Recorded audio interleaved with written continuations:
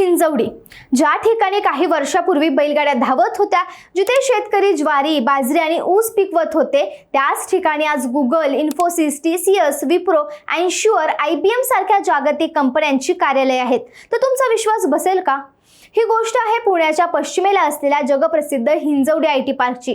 आज हिंजवडीला भारतातील दुसऱ्या क्रमांकाचं आणि महाराष्ट्रातील सर्वात मोठे IT हब म्हणून ओळखले जाते, जिथे 24 तास शेकडो देशांसाठी सॉफ्टवेअर बनवले जाते आणि रातोरात कोट्यवधी रुपयांची उलाढाल होते. पण तुम्हाला माहिती आहे का, या जागेवर एकेकाळी साखर कारखाना उभारणार होता आणि त्याचे भूमिपूजनही झाले होते. मात्र महाराष्ट्रातील एका नेत्याच्या निर्णयामुळे इथे एक जागतिक IT हबची पायाभरणी झाली. हा इतिहास नेमका काय आहे आणि आज या IT हब समोर नेमकी कोणती आव्हानं आहेत, हेच आपण आजच्या या व्हिडिओच्या माध्यमातून पाहणार आहोत. त्यासाठी व्हिडिओ शेवटपर्यंत नक्की पहा. नमस्कार, मी स्वराली आणि तुम्ही पाहताय कट टू कट. हिंजवडी हे केवळ पुण्याचं नाही, तर संपूर्ण भारतातील सर्वात महत्त्वाच्या IT हब पैकी एक मानलं जातं. महाराष्ट्र औद्योगिक विकास महामंडळाने विकसित केलेल्या राजीव गांधी इन्फोटेक पार्कमुळे या भागाचं संपूर्ण चित्र बदललंय. पण या ऐतिहासिक क्रांतीची सुरुवात ही 1990च्या दशकाच्या उत्तरार्धात झाली.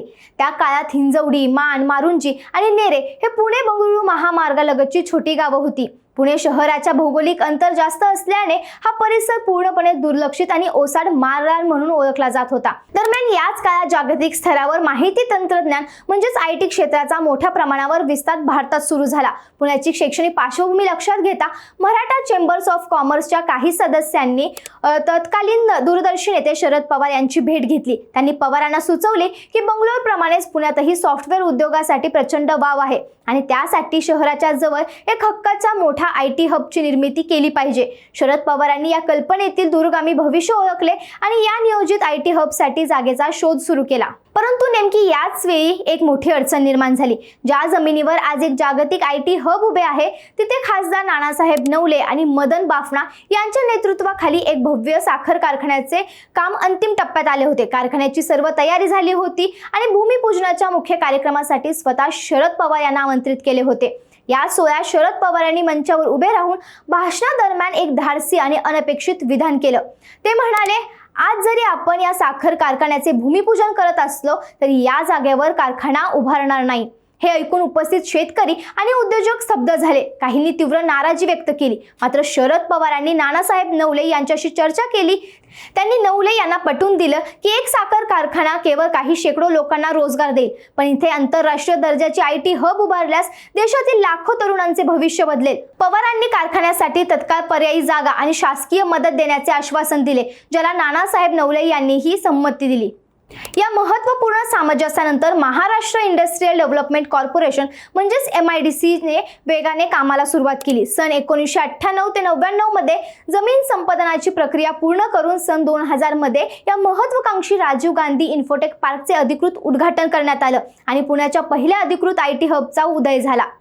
सुरुवातीला हा प्रकल्प केवळ 300 एकरांवर मर्यादित ठेवण्याचे नियोजन होते, परंतु जागतिक कंपन्यांचा वाढता ओघ पाहून या IT हबचा विस्तार 3 वेगवेगळ्या टप्प्यात म्हणजेच फेज 1, फेज 2 आणि फेज 3 मध्ये करण्यात आला.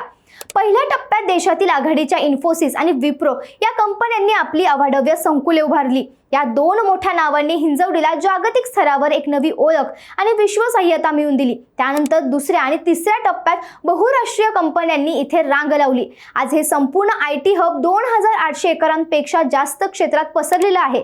इथे जवळपास 800 ते 1000 राष्ट्रीय आंतरराष्ट्रीय टेक कंपन्या कार्यरत आहेत. हिंजवडीच्या या विकासामुळे केवळ एका क्षेत्राचा उद्गार झाला नाही, तर संपूर्ण पश्चिम पुण्याचा रिअल इस्टेट आणि आर्थिक चेहरामोहरा बदलून गेला आहे. या IT हबला लागून असलेल्या वाकड, बाणेर, बालेवाडी, ताथवडे आणि पिंपळे सौदागर सारख्या ग्रामीण भागाचे रूपांतर काही वर्षातच अत्यंत पॉश, हायटेक आणि आधुनिक उपनगरांमध्ये झाले. जिथे पूर्वी साधी घरे होते, तिथे आज टोलेजंग इमारती, आंतरराष्ट्रीय शाळा, हॉटेल्स आणि मॉल्स देखील उभे आहेत. आजच्या घडीला 3 लाखांपेक्षा जास्त टेक कर्मचारी या IT हबमध्ये कार्यरत आहेत. पुण्याच्या सॉफ्टवेअर उद्योगाची निर्यात आणि वार्षिक उलाढाल आज 2 लाख कोटी रुपयांच्या पार गेली आहे, ज्यामध्ये या एकट्या हिंजवडीचा खरीचा वाटा आहे. परंतु या आर्थिक प्रगतीसोबतच हिंजवडीच्या नाण्याची दुसरी आणि चिंताजनक बाजू म्हणजे ज्या वेगाने या IT हबचा विस्तार झाला आहे, त्या वेगाने येथील पायाभूत सुविधा विकसित करण्यास स्थानिक प्रशासन अपयशी ठरले. आज या संपूर्ण परिसराचा सर्वात मोठी आणि गंभीर अडचण म्हणजे वाहतूक कोंडी। दररोज सकाळी आणि संध्याकाळी ऑफिसच्या वेळेत कर्मचाऱ्यांना तासनतास ट्रॅफिक जामच्या समस्या कराव्या लागतात, ज्यामुळे त्यांच्या उत्पादकतेवर आणि आरोग्यावर विपरीत परिणाम होतात। पावसाळ्यात रस्त्यांची होणारी दुरावस्था आणि अपुऱ्या नागरी सुविधांमुळे या जागतिक IT हबची मोठी कोंडी झाली आहे। याच कारणांमुळे गेल्या काही वर्षात अनेक मोठ्या टेक कंपन्यांनी आपला विस्तार हा हिंजवडीऐवजी पुण्याच्याच खराडी, मगरपट्टा आणि चाकण सारख्या इतर IT हब मध्ये करण्यास सुरुवात केली आहे। मात्र आता या वाढत्या आव्हानांना मात करण्यासाठी सध्या प्रशासन युद्ध पातळीवर काही उपाययोजना राबवत आहे। याचाच एक भाग म्हणून हिंजवडी ते शिवाजीनगर दरम्यान 23 किलोमीटर लांबीचा पुणे मेट्रो लाईन 3 हा महत्त्वाकांक्षी प्रकल्प वेगाने आकारास येत आहे। हा मेट्रो कॉरिडॉर पूर्ण झाल्यानंतर रस्त्यावरून IT हबकडे जाणाऱ्या वाहनांचा ताण लक्षणीयरित्या कमी होईल आणि कर्मचाऱ्यांचा प्रवास सुखकर होईल अशी अपेक्षा आहे। याशिवाय नियोजित रिंग रोड आणि उड्डाण पुलामुळे येथील कनेक्टिव्हिटी अधिक सुधारणार आहे।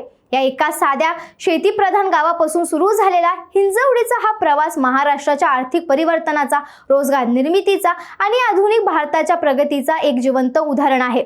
थोडक्यात काय तर आज हिंजवडी केवळ एक IT पार्क नाही, तर दूरदृष्टी, योग्य नियोजन आणि एका निर्णयामुळे संपूर्ण प्रदेशाचं नशीब कसं बदलू शकतं याचं जिवंत उदाहरण आहे। जिथे कधी काही शेती होती, तिथे आज लाखो तरुणांच्या स्वप्नांना रोजगार मिळतो आहे। मात्र ही प्रगती टिकवायची असेल तर वाहतूक, पायाभूत सुविधा आणि नियोजनातील उणिवा वेळ दूर करणं तितकंच आवश्यक आहे। तुम्हाला काय वाटतं, हिंजवडीची सर्वात मोठी समस्या कोणती आहे? आम्हाला कमेंट्समध्ये नक्की सांगा आणि अशाच माहितीपूर्ण व्हिडिओसाठी कट टू कटला सबस्क्राईब करायला विसरू नका।